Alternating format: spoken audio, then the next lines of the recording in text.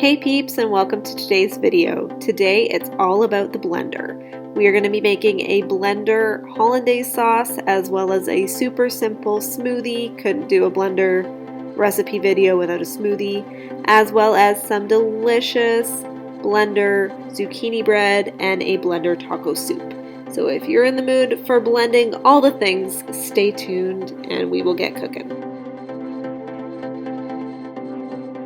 Alright, so to start out, we're going to be making a blender hollandaise sauce, and what better to serve it on than Eggs Benedict. So we're going to start out with 2 pans, one for your ham or back bacon and one for your poached eggs. For the hollandaise sauce, you're going to want to separate 3 egg yolks, and I just do this using the shell, but if you have a fancy egg separator, you can use that too.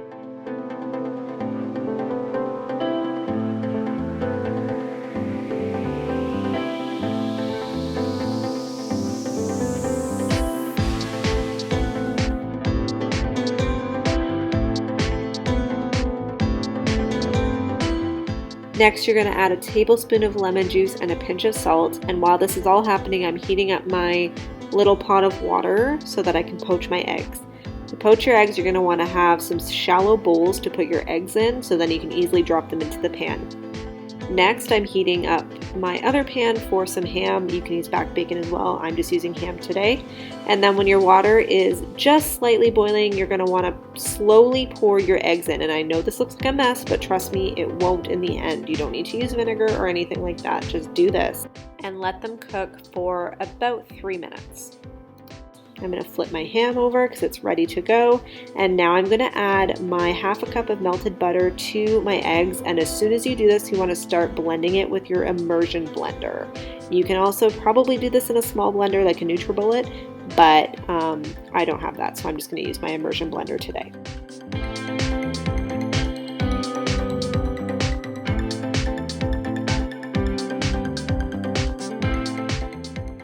Once that is all combined, you may want to heat this up very, very slightly in the microwave. Do not boil it, do not let it get too hot or you'll have scrambled eggs on your hand. Once that's ready, my ham's ready to go, so I'm going to add that to my toasted buttered English muffins, and then we're going to check on our eggs. My eggs were ready, so I just picked them out with a slotted spoon and added them to the English muffins and poured the hollandaise sauce over, sprinkled them with pepper, and they were ready to go. These were fantastic and so easy to make, so quick to do, and much less dishes with the blender. Well, we couldn't do a blender video without a smoothie, so I'm going to show you my go-to smoothie recipe. To my blender, I'm just adding some frozen strawberries. These were fresh picked this June, as well as a banana. You could use a frozen banana as well. And then this is my mom hack. I buy these Minigo yogurts for my kids when they're on sale. These were about to go bad, so I threw them in the freezer. All you have to do is run them under some warm to hot water and then pop them into your blender, and you've got yogurt in your blender. Look at that, amazing.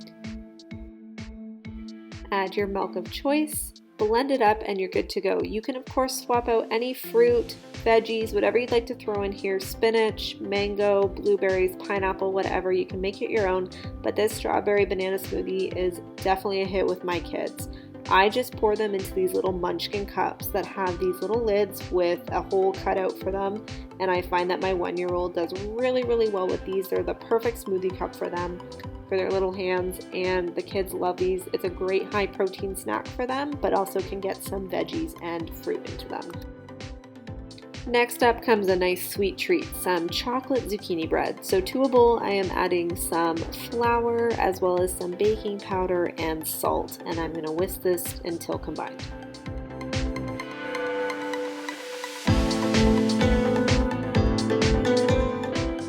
Next up to my blender, I'm going to add 1½ cups of chopped zucchini as well as 1 egg, and then 1/4 cup of oil. Vegetable oil or canola oil works just fine, and ½ cup of sugar, 1/4 cup of cocoa powder, and a teaspoon of cinnamon. You're going to want to blend this until it is all combined, and then add in your flour mixture. And you don't want to overmix this, just pulse it until it's combined. You may need to scrape the sides down with a spatula or a spoon, but you do not want to overmix this. I cannot stress that enough. Once it's all mixed, pour it into a greased loaf pan and top it with some chocolate chips, as many as you want. Now, quick hack to clean your blender. If you don't know this, you're not living. Put some dish soap and some hot water in your blender and then just run it. Watch it clean itself. You're welcome. Now, in hindsight with this recipe, I probably would do it in the food processor in the future just because it's so much easier to get the batter out. This was a bit of a thicker batter, so just keep that in mind.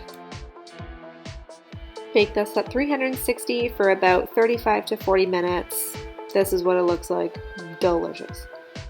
So for this blender taco soup, to your blender you're going to want to add 1 tomato, as well as 6 to 8 baby carrots, a stalk of celery, 2 cups of chicken or vegetable broth, some taco seasoning, and a garlic clove.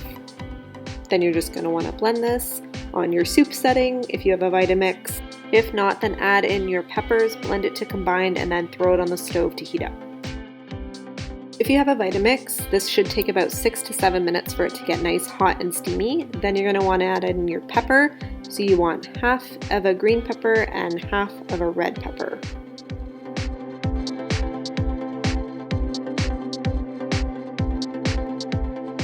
And you're going to want to blend this for an additional 30 seconds to a minute until it's all combined. I love the Vitamix for this reason because you don't have to heat up your stove. You get a nice hot soup, but you're not using any heat per se.